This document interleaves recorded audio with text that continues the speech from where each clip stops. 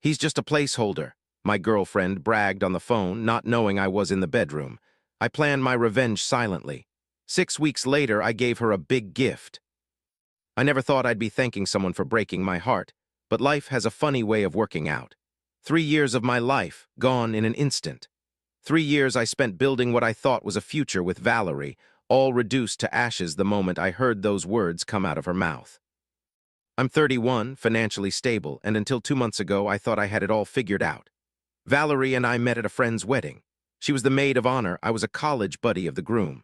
We locked eyes across the reception hall, and by the end of the night we were slow dancing like we'd known each other our whole lives. She smelled like vanilla and jasmine, and when she laughed, it felt like the whole world stopped to listen. It wasn't love at first sight. I don't believe in that kind of fairy tale bullshit, but it was something close. Something that made me feel like maybe, just maybe, I'd found the person I wanted to wake up next to for the rest of my life. For almost 3 years, we built what I thought was a solid foundation.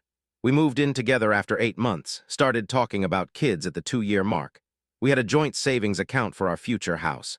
We had names picked out for our future dogs. We had inside jokes and morning routines and favorite spots on the couch.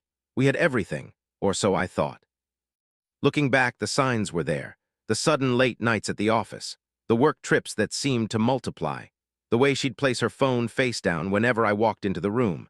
The new lingerie I never saw her wear. The way she'd shower as soon as she got home, like she was washing away evidence. I ignored it all because I loved her, because I trusted her, because I was a fucking idiot who couldn't see what was right in front of me. I had the ring for 6 months before I finally worked up the courage to propose. A 1.8-carat diamond set in white gold. $6,700 that I'd saved up, skipping lunch, working overtime, cutting back on everything so I could give her the ring she deserved. I had it all planned out, a weekend getaway to the lake where we'd had our first vacation together. Sunset proposal on the dock. The whole romantic package. Her answer, "I need more time, Kyle." More time after 3 years together. After building a life, making plans, sharing dreams, she needed more time. I felt like I'd been punched in the stomach, all the air leaving my lungs at once. The ring box felt like it weighed 1,000 pounds in my pocket as I drove home alone that night. She'd stayed behind at the lake house, saying she needed space to think. I spent the 3-hour drive replaying every moment of our relationship, searching for what I'd missed, what I'd done wrong.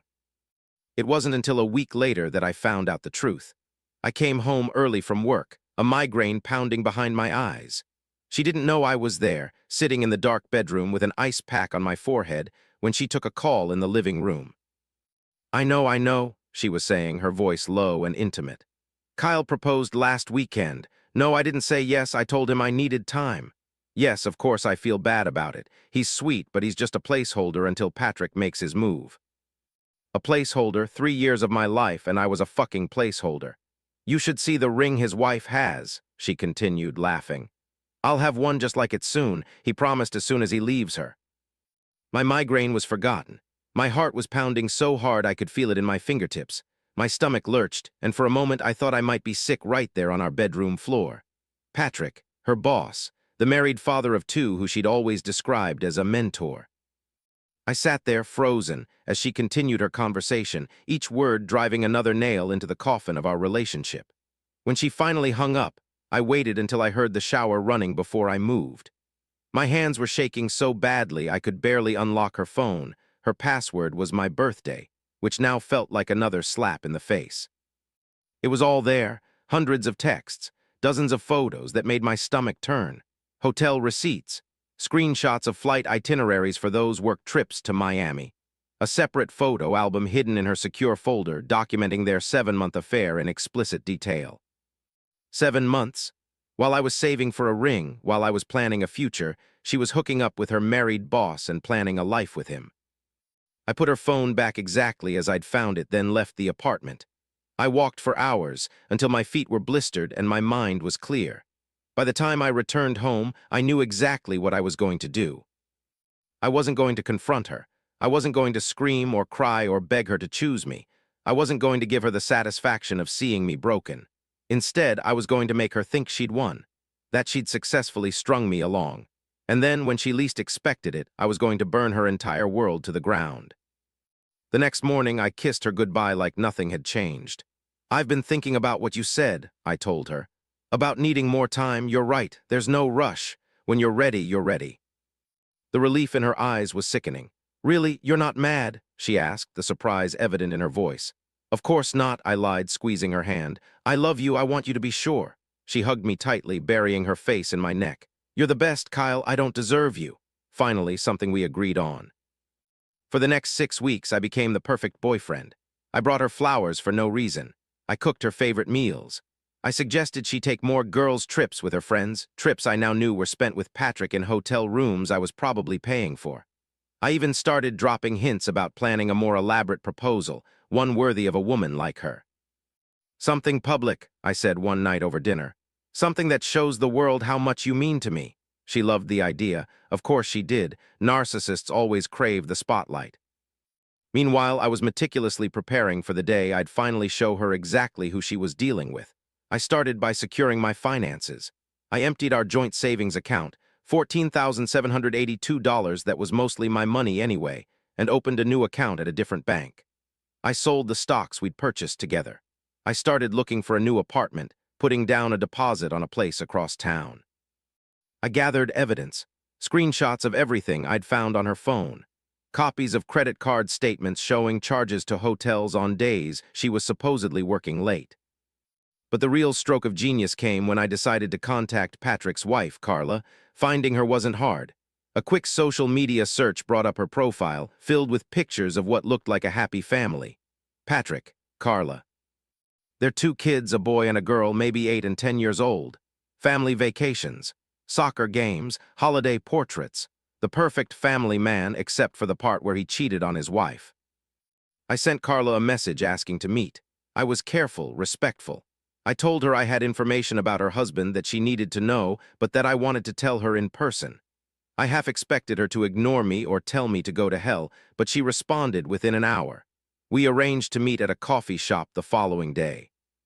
Carla was nothing like I'd imagined. I'd pictured someone meek, someone easy to deceive. Instead, I found myself sitting across from a confident, sharp-eyed woman who radiated a quiet strength. She listened without interrupting as I laid out everything I knew, showing her the evidence I'd collected. Her expression never changed, but I could see the storm brewing behind her eyes. When I finished, she was quiet for a long moment. Then she reached across the table and took my hand. "Thank you," she said simply, "for having the courage to tell me." We talked for hours that day, about how long we'd been with our partners, her for 12 years, me for 3, about the futures we'd planned, about the betrayal that cut deeper than either of us had words for. By the time we parted ways, we had formed an alliance born of shared pain and a plan for shared retribution. The next 3 weeks were a masterclass in deception. I asked Valerie's opinion on engagement party venues. I showed her ring designs I was considering for the official proposal. I enlisted her friends to help plan the surprise, swearing them to secrecy, all while slowly, methodically emptying our apartment of anything that mattered to me. Carla, meanwhile, was gathering her own evidence, financial records, text messages. She consulted with divorce attorneys. She secured her own future with a cold efficiency that would have been terrifying if it weren't so damn impressive. We stayed in constant contact, comparing notes, strengthening our resolve whenever one of us wavered. There were days when the weight of Valerie's betrayal would hit me anew, when I'd find myself missing the woman I thought she was. On those days, Carla's texts would ground me, remind me of what was real. "Stay strong," she'd write. "They don't deserve a moment of your doubt." She was right. Finally, the day arrived.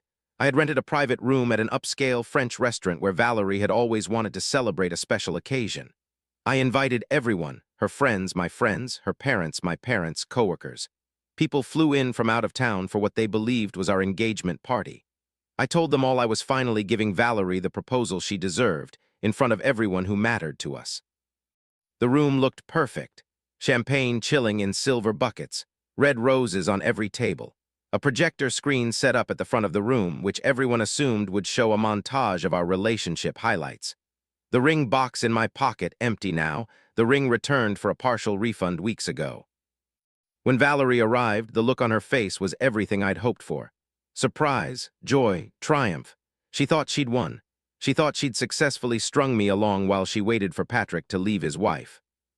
She had no idea that Patrick was already gone, that Carla had confronted him the week before, that he'd begged and pleaded for another chance, that Carla had agreed to think about it just long enough to finish gathering evidence for her divorce attorney. She had no idea that Patrick was sitting at table 7, having been personally invited by me with a note suggesting that if he didn't show up, certain photos might find their way to the board of directors at their company. She had no idea that Carla was at table 3, composed and regal in a black dress that screamed both funeral and I'm single now. She had no idea that the flash drive in my pocket contained not romantic photos of our relationship, but irrefutable evidence of her betrayal, organized chronologically, annotated with dates and times, ready to display for our 50 closest friends and family members. She had no idea that her world was about to implode. I took her hand and led her to the center of the room. The conversation died down as people noticed us, smiles spreading across their faces in anticipation. Her father gave me a thumbs up. Her mother was already dabbing at her eyes with a tissue. I took a deep breath and began to speak. "Valerie, these past 3 years have shown me exactly who you are," I said, my voice steady despite the adrenaline coursing through my veins. "And tonight, I want everyone else to see it too." Her smile faltered for just a moment before I continued. "You see, everyone here thinks they're attending our engagement party, but that's not quite right." I stepped away from her, moving toward the laptop connected to the projector. "This is actually a celebration of truth, of consequences, of what happens when you betray someone who trusted you completely." The confusion in the room was palpable. I could see her parents exchanging glances, my friends shifting uncomfortably in their seats. Valerie's face had drained of color, her eyes darting frantically between me and the blank projector screen. "Kyle, what are you doing?" she hissed, reaching for my arm. I moved just out of her reach and pressed the button on the laptop. The first image filled the screen, a screenshot of text messages between Valerie and Patrick, explicit, undeniable, dated 3 days after I had first introduced her to my parents. The gasp that went through the room was audible. "This is who you really are, Valerie," I said, advancing to the next slide. Hotel receipts, photos of them together entering an elevator. A timeline of their affair, meticulously documented, laid out for everyone to see. "Oh my God," someone whispered. I heard Valerie's mother burst into tears. Valerie lunged for the laptop, but I stepped between her and the table. 7 months, I continued, my voice raised to be heard over the growing murmurs. 7 months of lying to my face while you hooked up with your married boss. 7 months of letting me plan a future with you while you planned a future with him." "Stop it," she screamed, her face contorted with rage and humiliation. "You're fucking insane."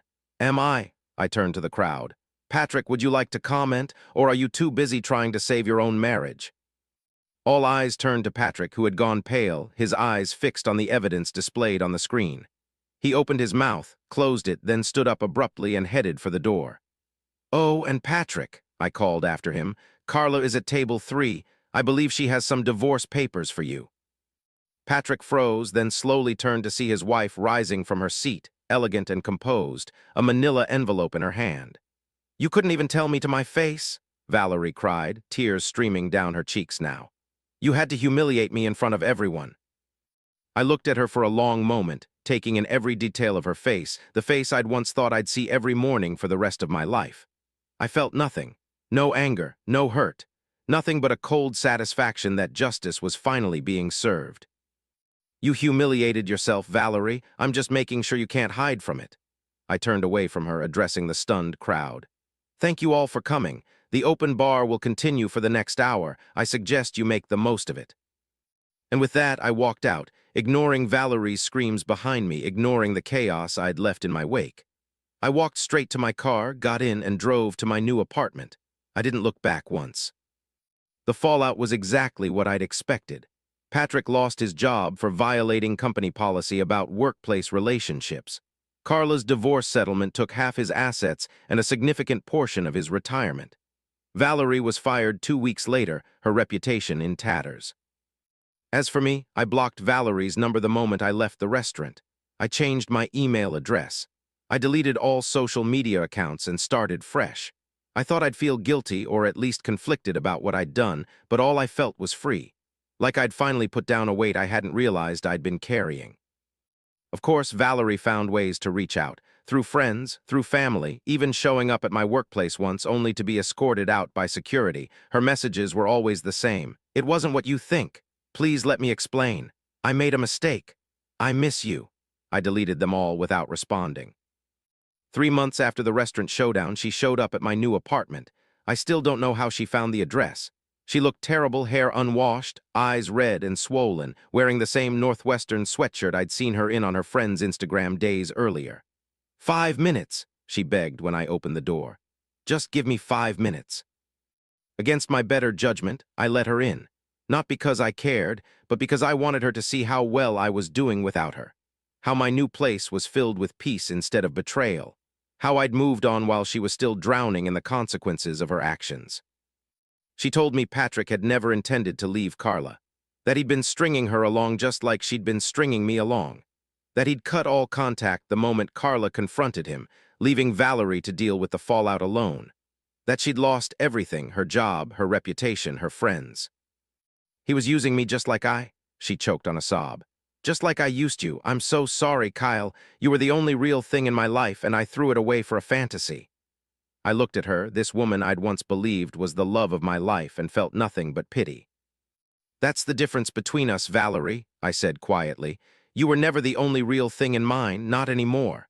I opened the door. Your 5 minutes are up. She left without another word, shoulders slumped in defeat. As I closed the door behind her, I felt the last threads of our connection finally snap. She was nothing to me now. Not the woman I loved. Not even the woman who betrayed me. Just a stranger who had once occupied a chapter of my life that was now firmly closed. What I didn't expect was what came next. Carla and I had stayed in sporadic contact after the restaurant confrontation, checking in on each other, making sure we were both handling the aftermath okay. Our shared trauma had created a bond, but I never expected it to develop into anything more. Until she called me one evening, 6 months after everything had fallen apart. I'm in your neighborhood for a meeting, she said. Would you want to grab a coffee just to catch up? That coffee turned into dinner. Dinner turned into a movie the following weekend. Before I knew it, we were seeing each other regularly, two broken people helping each other heal, finding comfort in the one person who truly understood what we'd been through. It was strange at first, awkward and tentative. We were both scared, both carrying scars from the people who were supposed to love us. But there was something refreshingly honest about Carla. No games. No hidden agendas, just authentic connection between two people who had seen each other at their most vulnerable and chosen to be kind anyway. With Valerie, everything had felt like a performance, like I was constantly auditioning for the role of boyfriend, then fiancé, never quite measuring up to some invisible standard. With Carla, I could just be. She knew my wounds because she had matching ones. She valued honesty above all else because she knew the devastating cost of lies. 1 year to the day after the restaurant confrontation, Carla and I were having dinner at Marcello's, an Italian place downtown. I was in the middle of telling her about a work project when I noticed her attention shift to something over my shoulder. Her expression changed, a small smile playing at the corners of her mouth. I turned to see what she was looking at, and there was Valerie, frozen in the middle of the restaurant, staring at us like she'd seen a ghost. She looked better than the last time I'd seen her, hair styled, wearing a new dress I didn't recognize, but the shock on her face was unmistakable. Carla reached across the table and took my hand, giving it a gentle squeeze. We nodded politely to Valerie, then turned back to our conversation, dismissing her as easily as she had once dismissed our feelings. I never found out why she was at Marcello's that night. With a new date, perhaps, or maybe alone, trying to reclaim some part of her old life. It didn't matter. She was just a stranger now, a cautionary tale, a bullet dodged. That night, as Carla and I walked back to my apartment hand in hand, I realized that the best revenge hadn't been the public humiliation or watching Valerie's life fall apart. It had been finding real happiness while she was still trapped in the web of lies she'd woven. It had been rebuilding myself into someone stronger, someone wiser, someone who would never again mistake manipulation for love. I used to think losing Valerie was the worst thing that could happen to me. Now I know it was the best. She taught me what love isn't, making room for me to discover what love actually is. Sometimes losing what you thought you wanted leads you exactly where you're supposed to be. With Carla's hand in mine and the future stretching out before us, honest, authentic, built on mutual respect instead of deception. I finally understood that truth, and for that, ironically, I had Valerie to thank.